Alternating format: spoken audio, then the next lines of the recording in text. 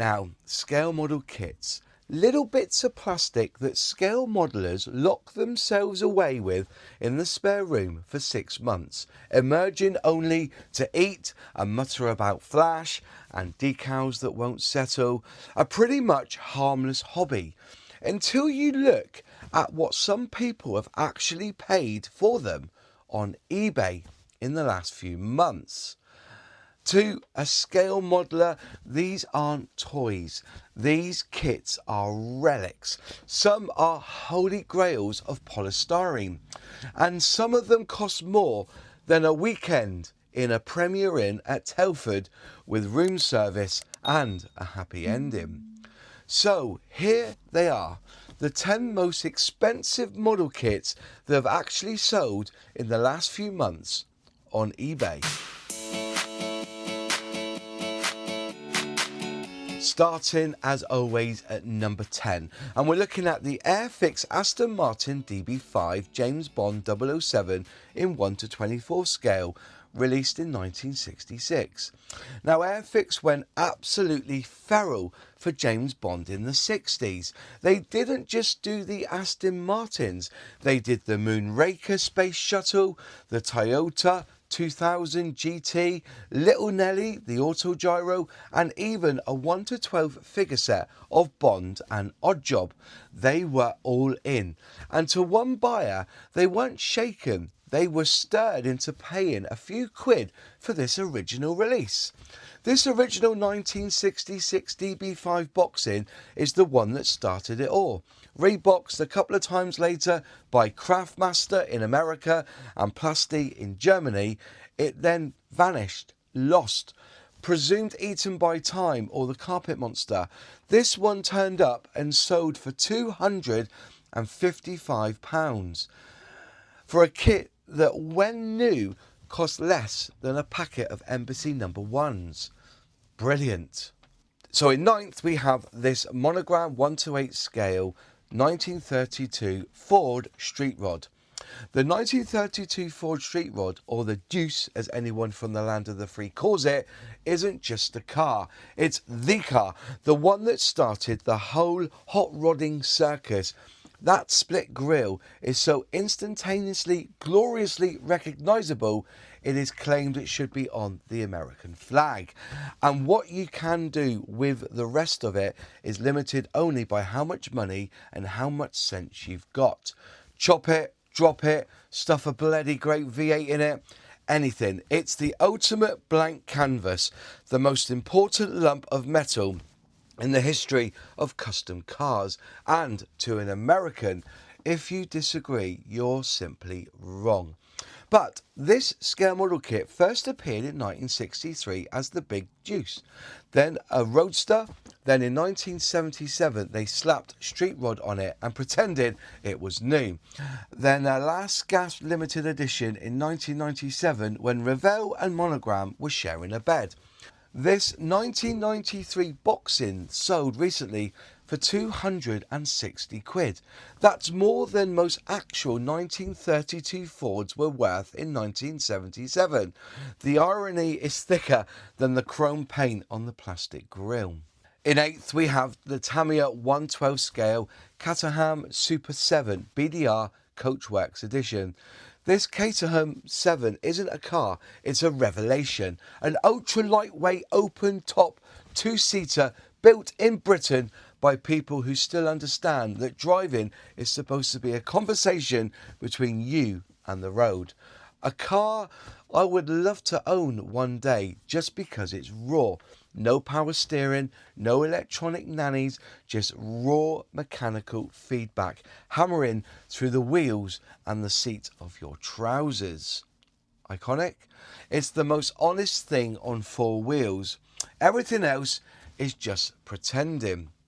And I wouldn't be surprised if Mr. Tamiya owned one. Now, Tamiya released the Super 7 in 1994. Then they got greedy and added extra parts so you could build the Cycle Fender Special with proper die-cast wheels and suspension. There was even a later pre-painted, screwed-together versions for people who were frightened of their extra thin. But the original 1903 boxing went £297 for a kit of a car that in real life you can still buy new for the price of a decent holiday. It's madness, but it is a magnificent kit. So in 7th we have Tamiya again, but this time a 112 Williams FW14B Renault. So back in 1992, Adrian Newey and Patrick Head built the most dominant Formula One car of its era. Wins 10 races, makes Nigel Mansell champion, Williams Constructors champions, and Tamiya look at this and think, yes, let's do that in 112 scale. Once and never again. One of those original kits sold for £299. Nearly 300 quid for a car that, in period, was basically a missile with wheels. You can almost hear the active suspension groaning from the box. In 6, we have Airfix's original Spitfire BTK 1955, which was the Type 1 header in 1/1072 scale. This is one that started it really all. Airfix's first Spitfire, a slightly shrink-rayed copy of the 1/48 scale Aurora kit with a completely made up BTK scheme that the RAF never used. They sold tens of thousands of them in Woolworths, made Airfix a household name. They bagged it a few more times and also shoved it in box sets. Then in 1959 they tooled a proper Mark 9 that actually looked like a Spitfire and had real marking. But this original 1955 bagged one sold for £300, so 300 quid for a kit that once cost 1 and 6. That's inflation with vengeance. Just popping in quickly to ask a bit of a favour. If you're enjoying this content on this channel and you're not yet a subscriber, will you please do me a favour, click subscribe, and if you ring that bell, click all, you'll be notified when I release a new video. It really does help the channel to grow. And also, do you have any of these kits in your stash? And would you be willing to part with them for the money that's being offered or asked for on eBay? Let me know in the comments. Right, let's get back to the video. So sticking with Airfix, in 5th place, we have their 1/20th scale Ferguson tractor. There was a man called Nicholas Cove, and he's making plastic combs with his newfangled injection molding machine using cellulose acetate, and it was called Airfix. And Harry Ferguson rocked up and says, make me a tiny tractor I can give away to people who will buy my real tractors. And it worked too well, but cost a fortune to give them away or built. So by 1952, they're putting all the bits in a box and selling it as a kit. They'd also switched from cellulose acetate to proper polystyrene, the stuff we still use today.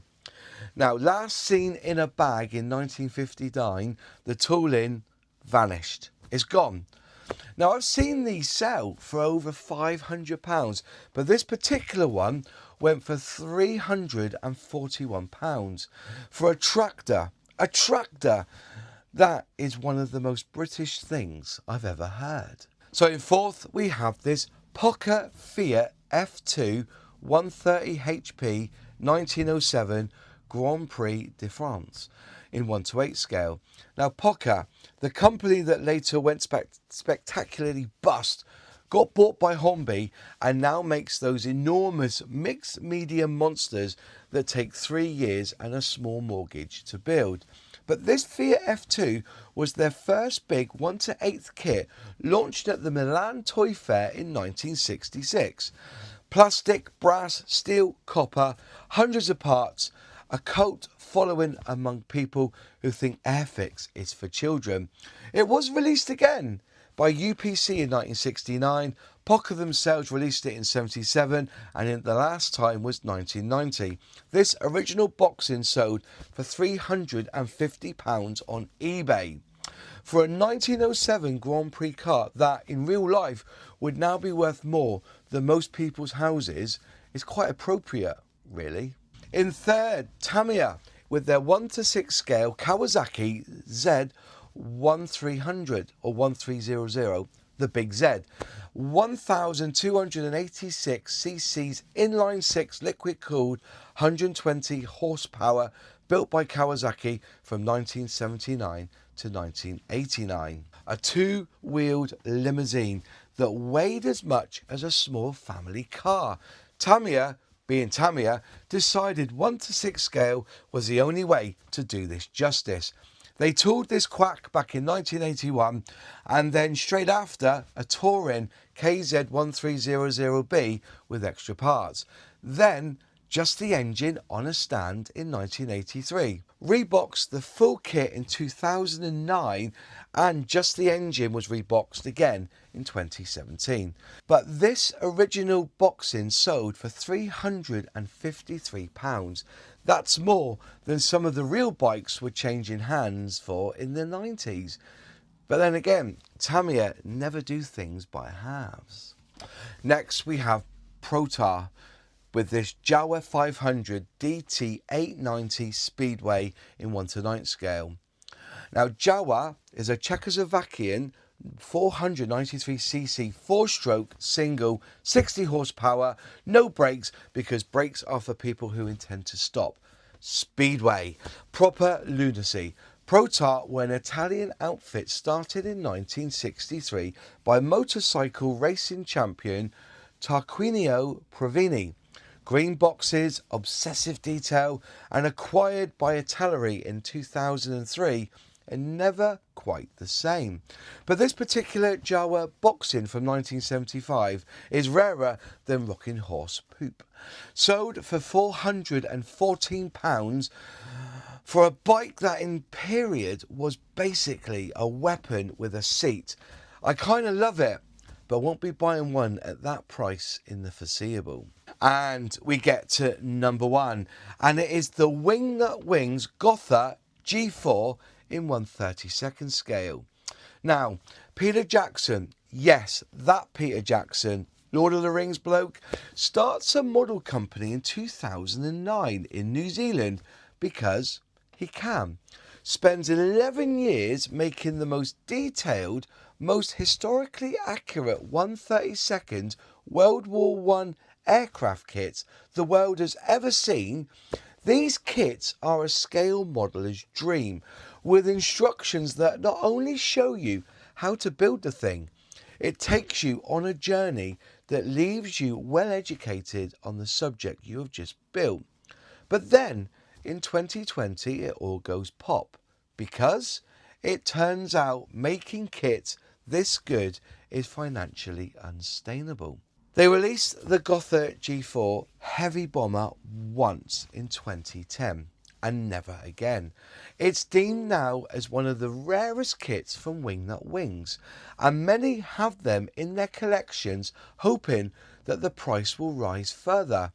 And I guess someone needed the money and put his kit on eBay, and a scale modeler paid an amazing price of £566.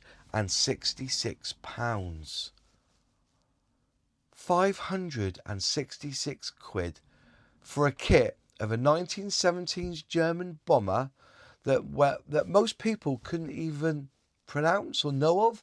But ask any scale modeler, because it's Wingnut Wings, and you just won't find better. And that, ladies and gentlemen, is not a model kit. That is a monument to obsession, packaged in a box and sold to someone who almost certainly already has a loft full of things to build. So there you are, 10 scale model kits that were sold for an eye-watering amount of money. And though we as scale modelers act all bereft at some of the prices people ask for on certain scale model kits, ultimately there is some proof that cost is in the eye of the beholder. And to a scale modeler, if there is a kit they really want to own, they would part with a kidney or sell the family treasures quite easily for. And that is why scale modelling, whether it's building or collecting these kits, will never ever make any sense to normal people. And to me, as a scale modeler, I find it all rather brilliant. If you enjoyed this video, will you please like it? If you're not a subscriber yet, will you consider being a subscriber? Just click subscribe, ring that bell, click all to be notified when I release a new video. And in one of the four corners will be other content or videos from my channel that you may like to watch. And if you do, I'll hopefully see you over there. No, I just wanna say hello.